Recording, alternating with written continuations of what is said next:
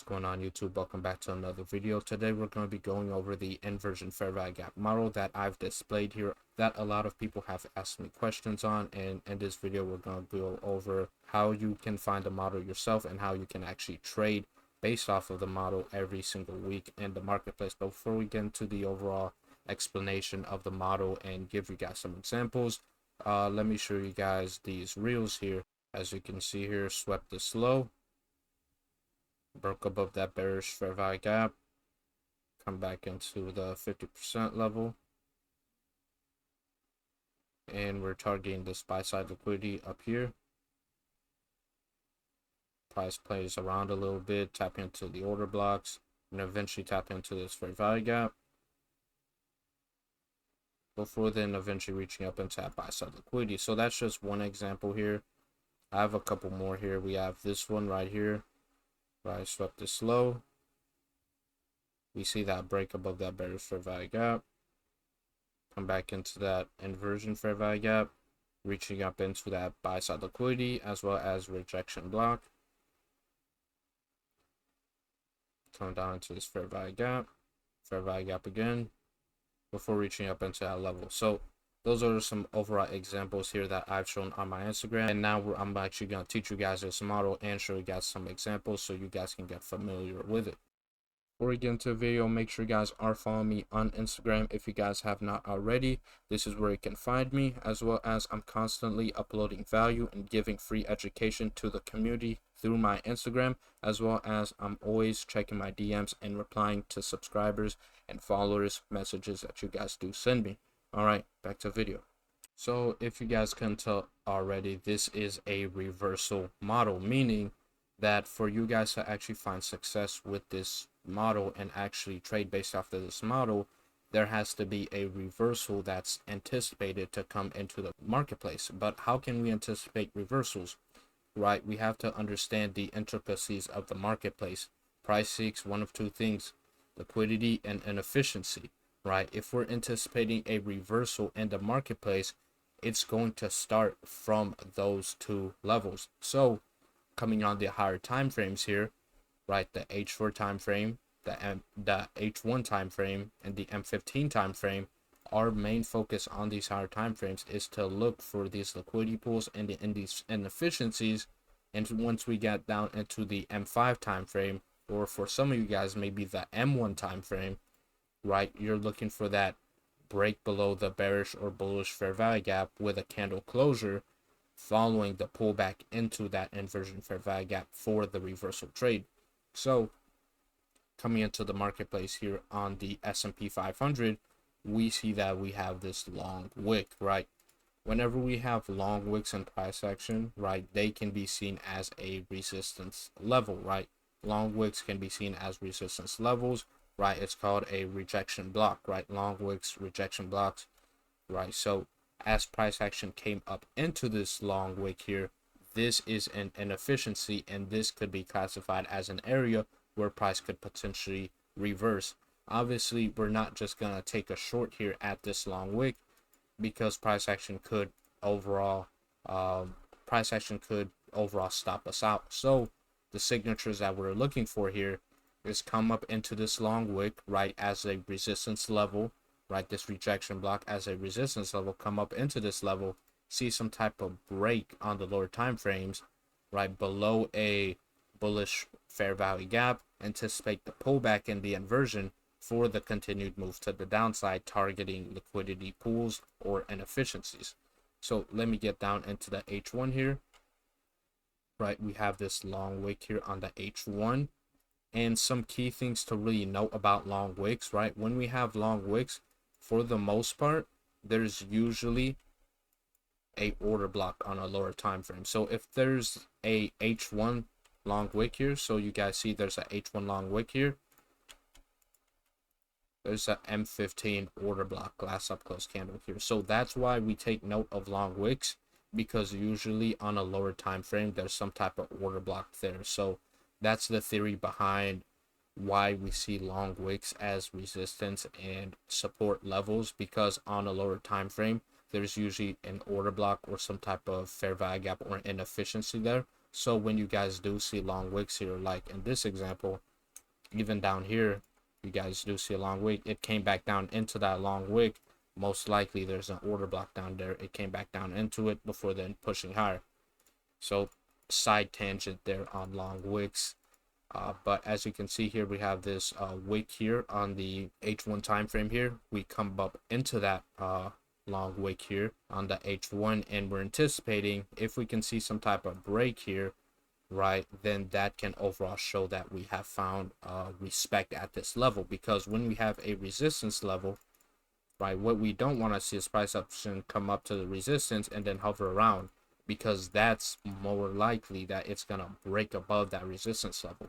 What we want to see is come up into that resistance level, and then following that, we want to see it start to move away from it, right? We want to see price action start to move away from it, because then that's indicating that it has found respect at that level, and we could anticipate some type of reversal to then come into the marketplace. So we want to see price action move away after tapping into this H1 long wick and this M15 last up close candle. So boom, we came up, tap into that long wick, and we see this rejection wick, right? Rejection wick is essentially price action came up into this resistance level, and then after coming up into this resistance level, we quickly ran away from it.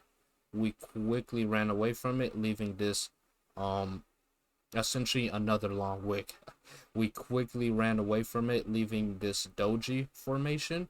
So this overall, right, this overall is signaling that as price action came up into this resistance level, right, this M15 order block or H1 and H4 long wick and rejection block, right, as price action came up into this level, right, sellers were then found, orders were then executed for shorts, and we see this rejection wick from it, right? As we come up here, orders were filled, sellers were then met, and we see price action quickly run away from it.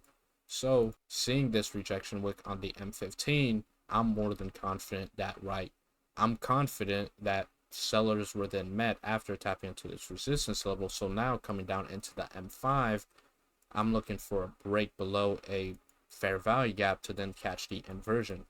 And what do we see here? We see this last up close candle here, right? I mark my inversions out by a white rectangle, rectangle. So we see price action came up into this long wick and then quickly run away from it, breaking below this last up close candle, this last bullish fair value gap. And now this is now turned into an inversion fair value gap. And we could set our limit order somewhere around here, or maybe even up here, right? Get some, get some of this bearish fair value gap action, right? So we have a bearish fair value gap as well as an inversion fair value gap.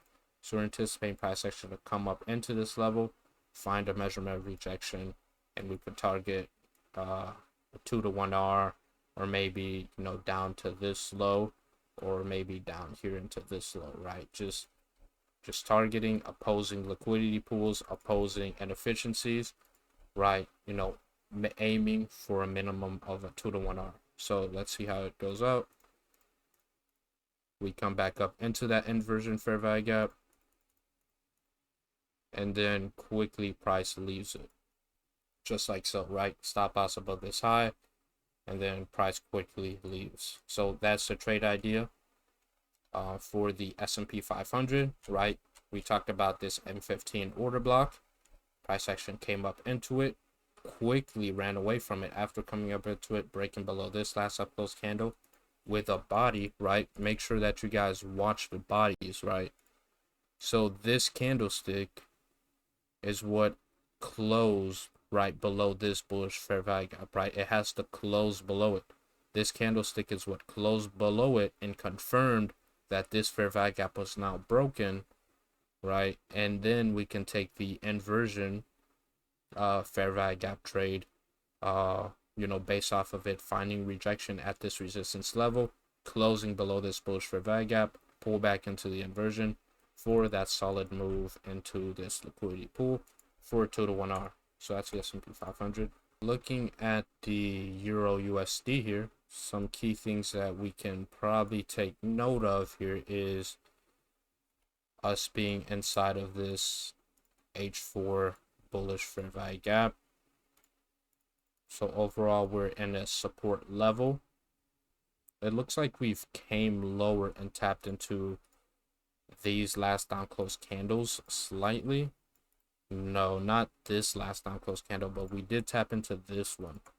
So it looks like we came down into this last down close candle here inside of this H4 bullish fair value gap here. It looks like we created almost equal lows here. So coming into the marketplace here, right, as we can see, euro has been going higher and higher and higher, right? Pull back into this bullish fair value gap, as well as order block levels, right? So it's pulling back here, and now we're anticipating the continuation higher, as well as we did take out this low. We didn't take it out by much, but it did look like we did take out that prior 1 hour low inside of this H4 bullish fair value gap, which is also a H1 nested bullish fair value gap. So overall, we're in support levels, right? We're in overall support levels. So if we were anticipating some type of reversal to take place, this would be the best opportunities, because we're in an inefficiency, right? Market seeks liquidity and inefficiency. So if we're anticipating a bounce from the marketplace in the opposite direction, it's gonna be at an area where liquidity is found, which is inside of old highs, old lows, and inefficiencies. So price action come down into this H1 nested fair value gap inside of this H4 fair value gap, right? So now we're anticipating price action to find support here to then pull back, and it looks like we have this bearish fair value gap. So what we're anticipating here is we're anticipating price action coming down into this support level, find a measurement of support to then pull back into this bearish fair value gap, right? Because the market has now came lower, gathered liquidity, but it left this inefficiency, so it's going to want to come back higher and fill in this inefficiency. So this is a great trade idea here to anticipate a bounce from the marketplace. So we're anticipating something like, right, to then come back into this bearish fair value gap. So that's the overall trade idea. We're in a support level. We're anticipating a bounce from the marketplace. Now coming down into the lower time frames, we talked about that, those equal lows here. Now we're anticipating some type of break higher on the lower time frames for a pullback into a inversion to then take us up into this resistance level. So come down to the M5 here. We see this last down close candle. We break above it, right? And we don't, and I usually mark out the 50%, right? When we're dealing with much larger inversions, right? Just for an added measurement of precision, right? Instead of getting in at the open here and then having a wider stop loss, you could maybe get in at the 50% and have a much better stop loss opportunity, which in this scenario, I'd enter based off of the 50%, based off of, right, there's an order block right here as well. So last down close candle, as well as this inversion fair value gap. And we see that break above the inversion fair value gap on this candle. Right, on this candle, do we see the body actually close above the inversion fair value gap? So now I'm anticipating some type of pullback into this 50% level, as well as this order block level. Stop loss down here for a 2 to 1 hour back up into this bearish H1 fair value gap, I believe. So this is a trade idea that I'm looking at, right? We see it come lower into that higher time frame support level, then we see that lower time frame bounce above that bearish fair value gap. Now anticipating the pullback into this level, right, into this inversion fair value gap level, which there's also a bullish fair value gap here. So overall, just more and more confluences. Not only do we have a bullish fair value gap, but an inversion fair value gap plus the order block. More and more confluences stacked together, meaning I'm more confident in this trade, meaning I'm probably gonna put more size behind this trade. So boom, we eventually see the pullback,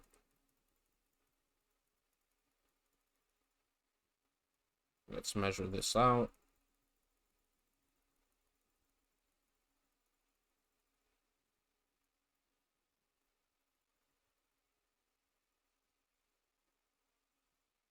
Oh, Euro's pretty sloppy on this day, wasn't it?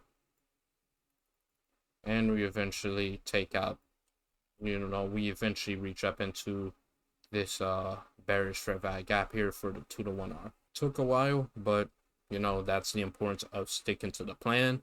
That's the importance of set and forget, right? Set your stop loss, set your take profit, right? Trust your analysis, trust your plan, and just allow the trade to run into your area of targeting, because a lot of times the market will take a lot longer for your trade to manifest. A lot of traders may get worried and even get out of their position.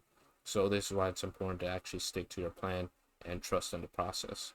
In my opinion, what I probably would have done in this situation was probably scale into my position here. I would have added another position as it came down into this bullish fair value gap, where I moved my stop loss below this low, and would have just gone out, about right here.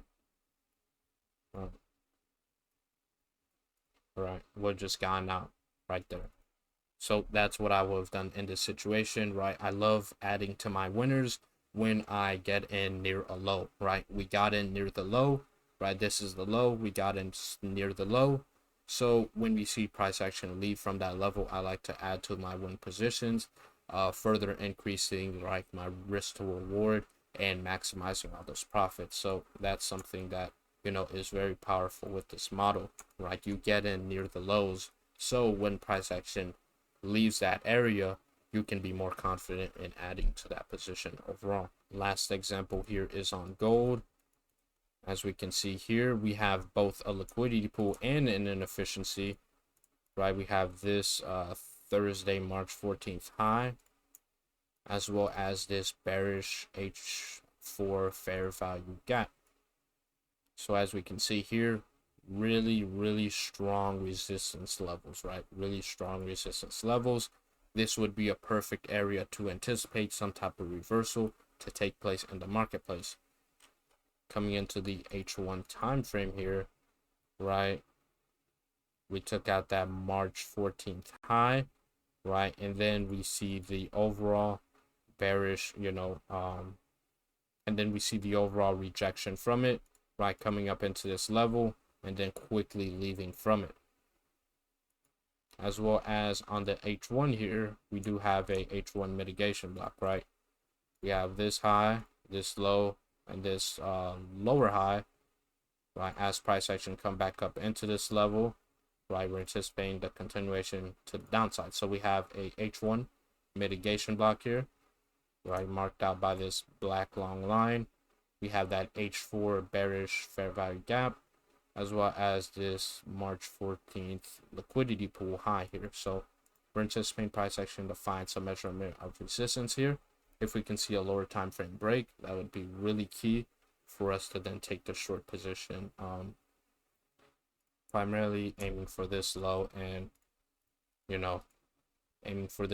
potentially reaching down into maybe this low and whatever the risk to reward you look for, whether that be a 2-to-1 R, 3-to-1 R, or even a 4-to-1 R. So coming down into the M15 here, same exact thing, right? Liquidity pool plus the higher time frame bearish for value gap, and we got that rejection, right? That rejection wick above, right? As we come up into that resistance level, we quickly ran away from it, came back up, quickly ran away from it. Really good signatures.